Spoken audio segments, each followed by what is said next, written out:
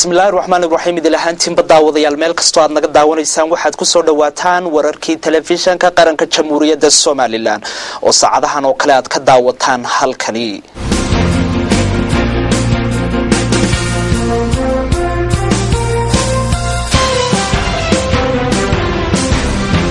madaxweynaha jamhuuriyadda Soomaaliland mudane Axmed Maxamed Maxamuud Siilaanyo iyo wafdi ballaaran oo hogaaminayo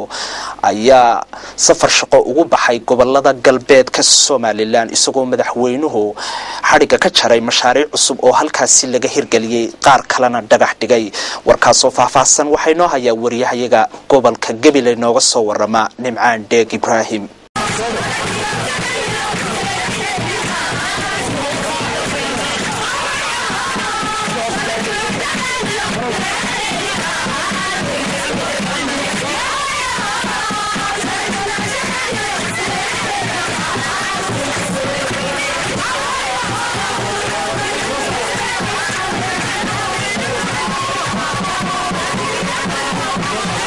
wafdigan uu hogaaminayay madaxweynaha jamhuuriyadda Soomaaliland oo ay ku waabaristeen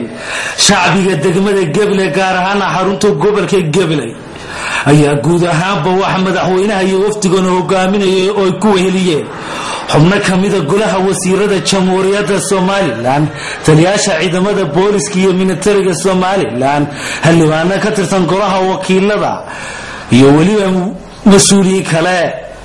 wafdigan ayaa duleedka magaalada Gabiley waxa ku soo dhaweeyay maamulka magaalada Gabiley oo si diiran ugu soo dhaweeyay wafdigan madaxweynaha duleedka deegaanka Gabiley wafdigan madaxweynaha jamhuuriyadda Soomaaliland waxa isla maantaba dhismaha 18 kiiloomitir oo guud ahaanba isku xiri doonta wadada magaalada Kalabayd iyo Dila dhagaxdhigaas oo gooreen baa hadal kooban uu ka jeediyay wasiirka wasaaradda madaxtooyada jamhuuriyadda Soomaaliland mudane Xirsi Cali Xaaji Xasan oo ka waramay ahmiyadda ay wadadan 18 kiiloomitir ah ee isku xiri doonta magaalada Dila iyo Kalabayd ay leedahay wasiirka oo arrimahaasi ka hadlaya waxa uu yiri العالمين والصلاة والسلام على رسول الله. مدحوين هالكن هو مشروع عصبايا ينقد حيين Somaliland Development Fund ينقد حيين وحوي لعكتين موجودة بين EU iyo دلالة isku xidhayo laba meelood ay naga bixiyeen halka 2 milyan bay ku bixiyeen oo processkii ku jirta halka kalena waxa weeye meesha la yiraahdo la Baruugla iyo Sheekh oo iyaduna wadada la yani maintenance lagu sameeyo dib u hagaajin lagu sameeyo dib u habeyn marka kiiba halka ka bilaabanay insha Allah taala intii shishay xagga shishana way dhamaatay reeri oo waday in saaka qoyan wasiirka wasaaradda madaxtooyada Xirsi Cali Xaaji Xasan waxa kale uu intaasi ku dareynay haatan dhameystiran tahay wadada isku xidha magaalada Wajaale iyo Kalabayd taasina ay guud ahaanba dadweynaha gobolkani Gabiley awdalba u noqon doonto mid wax ku ool ah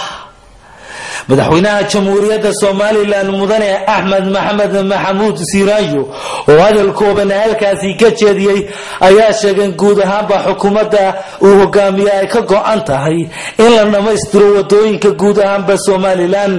madaxweynaha jamhuuriyadda Soomaaliland oo duco halkaasi ka jeediyay ayaa waxa hadaladiisii kamid ahaa fareer wadooyinka Soomaaliland dalkii dadku waxay tarayaan insha Allah halkaas ay soo rajayna wixii kala madaxweynaha jamhuuriyadda Soomaaliland mudane Axmed Maxamed Maxamuud Siilaanyo waxa uu sidoo kale shacbiga guud ahaan magaalada Gabiley iyo gobolka Awdalba ku amaanay doorka ay kaga jiraan horumarka dalka wafdigan madaxweynaha oo ku weeriyeen wasiirada wasaaradaha arrimaha gudaha dibadda caafimaadka iyo waliba mas'uuliyiin kale oo aad u tiro badani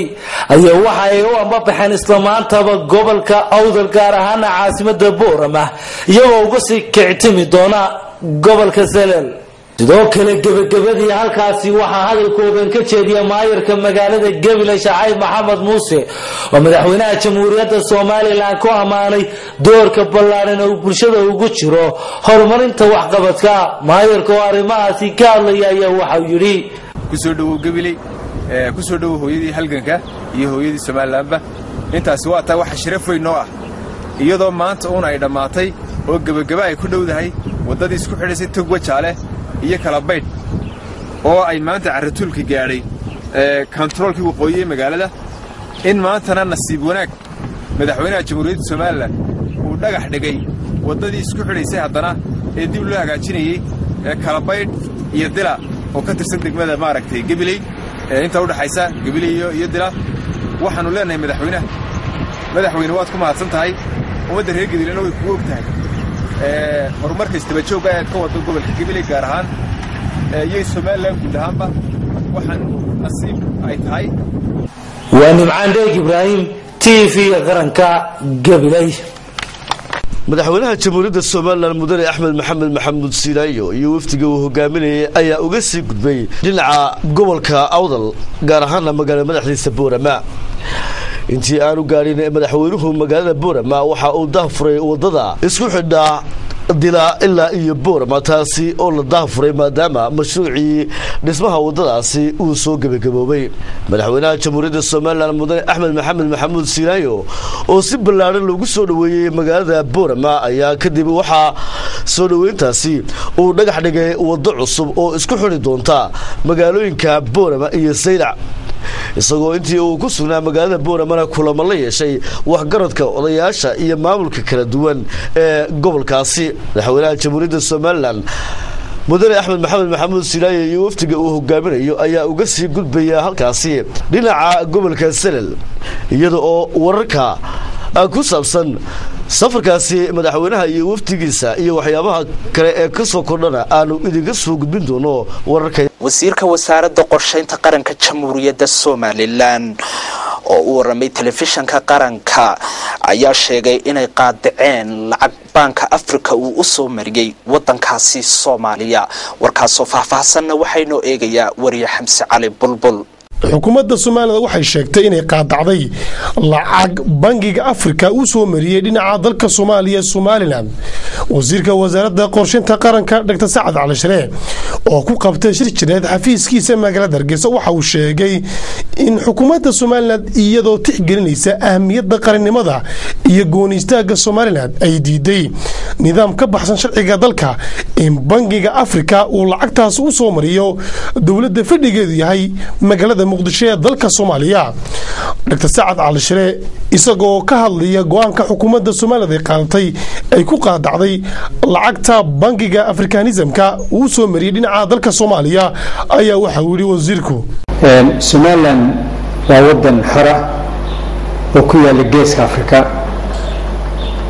waxaan leenahay jaar aynu xal la wadaagno saddex wadan aynu jaarnahay wadanka Djibouti wadanka Ethiopia iyo wadanka federaalka Soomaaliya xad beenahay mucaayano inoo dhaxeeya oo soo jireena 130 sano ka jiray way ku heshiiyeen markii Yurub ay kala qaybsatay Afrika xadidkaas oo ilaa hadda lagu wada dhaqmo Afrika oo dhan waxna ay iska bedelin wadamada mujaarkana waxay naga dhaxaysaa jaar wanaag nabad ku wada noolaasho iskaashi wada shaqayn wixii dani guud bay naga dhaxeeya laakiin de xadku uu qaybsan yahay kama midnihin midnaba mucaawinooyinka ayna siiyaan bay noogu deeqaan bixiyayaashu ilaa ay hadda sidii caadi ahaan jirtay wixii Soomaaliya la siinayo go'aan lagu goyn jiray lama soo marin jirin amba lagama amar qaadan jirin dawladda federaalka ee Soomaaliya waxay siyaasaddeena waxba iska bedelno waayo dad wadan kale la soo mariyo gacanka wadan kale soo martay oo muujinaysa amba laga yaabo in loo turjunto in wadanka amba gacanta ay soo marteen inuu ka mid nahay dad waa yeelinayno qaadanna mayno wixii deeqayna siinayo waa in toos loo siiyo mararka qaarkood waa ka wada hadli karaa sidii aynu wax u kala qaybsanayno وهذا بينك يا سومالي النصعدة وكبر وضع اسطنبول هذا الله سويه وسعدان وانا مدشا لا يجحل لكرم مرك الله بحوا سيدي يعني وحقه بسنين laakiin sidii ku cadayd xayeysiiskii ay soo dhejiyeen uu soo dhejiyey bangiga afrika ee horumarku ee ahayd in lacag gacanta looga geliyey soomaaliya lacagtaasoo lagu isticmaalayo sidii loo tayeyn lahaa xog ururinta somalilan taasoo u muuqatay inay tahay lacag ka timi federaalka soomaaliya taasoo kale runtii maaha mid aynu aqbalayno haruna aynu aqbalay allaha u naxariistay waxaa wadankaasi jarmalka ku geeriyooday fanaankii weynaa ee maxamed saleebaan tubeec warkaasna waxay noo eegayaa wariye cali caana dhame allah u naxariistay waxaa wadankaasi jarmalka ku geeriyooday fanaankii caanka ahaa ee maxamed saleebaan tubeec oo muddooyinkii ugu dambeeyeyba xanuun u jiifay isbitaal ku yaala wadankaasi jarmalka allah u naxariistay maxamed saleebaan tubeec waxa uu ka mid ahaa fanaaniintii hoboladii waaberi islamarkaasina ugu caansanaa fanaaniinta soomaalida iyada oo lagu tilmaami jiray inuu ahaa boqorka codka amaba qofka ugu codka wanaagsan hoboladii soomaalida allah u naxariistay maxamed saleebaan tubeec ayaa ku dhashay sanadii 1941 magaalada laalis oo ka tirsan gobolka saaxil fanaanka maxamed saleebaan tubeec waxa kale oo ay walaalahaayeen fanaanka isaguna caanka ah ee jaamac saleebaan tubeec bilowgii lixdamaadkii ayaa maxamed saleebaan tubeec uu soo biiray fanka isagoo ka bilaabay magaalada hargeysa kana mid noqday kooxdii radio hargeysa maxamed saleebaan tubeec muddadii uu fanka ku soo jiray waxa uu ku luuqeeyey heeso aad u tiro badan oo isugu jiray kuwo wadaniya iyo kuwo waayaha dunida wax ka tilmaamaya iyo kuwo weliba kale allah u naxariistay ee maxamed saleebaan tubeec waxa uu ifka kaga tegay dad ka badan 32 qof kuwaasi oo isugu jira kuwa uu dhalay iyo caruurtiisu waxay sii dhaleen fanaaninta qaranka ee dalkan jamhuuriyadda Soomaaliland ayaa tacsi u diray ehelkii qaraabadii iyo bahda fankaba ee uu ka baxay allah u naxariistay maxamed saleebaan tubeec iyadoo geesta kanada wasiirka wasaaradda warfaafinta wacyigelinta ee dalkan jamhuuriyadda Soomaaliland iyo mas'uuliyiinta wasaaradda warfaafintuba ayaguna dhinacooda tacsi u direen ehelkii qaraabadii iyo waliba bahda fanaanintaba in uu besamari iimaan ka siiyo isagana naxariistii janno ka waraabiyo geesta kale hooyo shamis abakar ismaaciil guudacarwo iyo fanaanintii ay isku waqtiga ahaayeen ayaa iyaguna waxa ay tacsi u direen ehelkii qaraabadii iyo caruurtii uu ka tegay maxamed saleebaan tubeec inna lillahi wa inna ilayhi raajicuun wararka kale ee daawadayaal idii hayno waxa kamida gudoomiyaha degmada 26 Juun ee caasimadda Jamhuuriyadda Soomaaliland mudane Cabdi Qowdhan Cabdi iyo xildhibaan Cabdi Cali Yuusuf oo golaha deegaanka uga wakiila degmooyinka 26 Juun iyo Ibraahim Koodbuur ayaa waxay maanta si wada jir ah uga jawaabeen baaq codsi ah oo uga yimid dadweynaha ku dhaqan xaafadda Goljanno oo ku baaqay in wax laga qabto wado hore loo mari jiray oo xidhantay labadan mas'uul warbaahinta dawladda ee raadiyo Hargeysa iyo telefishinka qaranka Jamhuuriyadda Soomaaliland ugu waramaya xafiiska gudoomiyaha degmada 26 Juun ee magaalada Hargeysa ayaa waxay ka hadleen codsigaasi uga yimid dadka ku dhaqan xaafadda Goljanno oo mas'uuliyiinta degmada ka codsaday inay banaynta wadadaasi wax kala qabtaan gudoomiyaha degmada 26 Juun Cabdi Qowdhan Cabdi oo arintaasi ka hadlay ayaa sheegay inay diyaar u yihiin wax ka qabashada wadadaasi waxaanu sheegay inay horena xaafadaasi wax uga qabteen imikana diyaar u yihiin waxaanu dadweynaha xaafadaasi ka codsaday inay isa si abaabulaan oo ay dhagxaanta iyo waxyaabaha kale ka sii guraan wadada gudoomiyaha oo arrimahaasi ka hadlayna waxa uu yiri waxa jirta in maamulka imika golaha deegaanka iyo maayirku ay qoondeeyeen in degmo kasta oo ka mid ah magaalada in la siiyo jadwal oo inta aan la midal gaarin jidacdayaasha si baabaya la baneeyo oo wixii xanibaad laga qaato oo hawsha la qabto ayay ugu siiyeen marka waxaan dadka leenahay tawadaynu doonaynaa wanaag baynu doonaynaa meel aynu marnaynu doonaynaa wadaduna maaha wax qof quri leeyahay wax nin walba uu leeyahay ka guriga ku jira ee meesha ka dhisay uu ku leeyahay ka maraya uu leeyahay annagu waanu leenahay ka imanaya uu leeyahay wadadu wax dadka ka dhaxeeya weeye ummadda ka dhaxeeya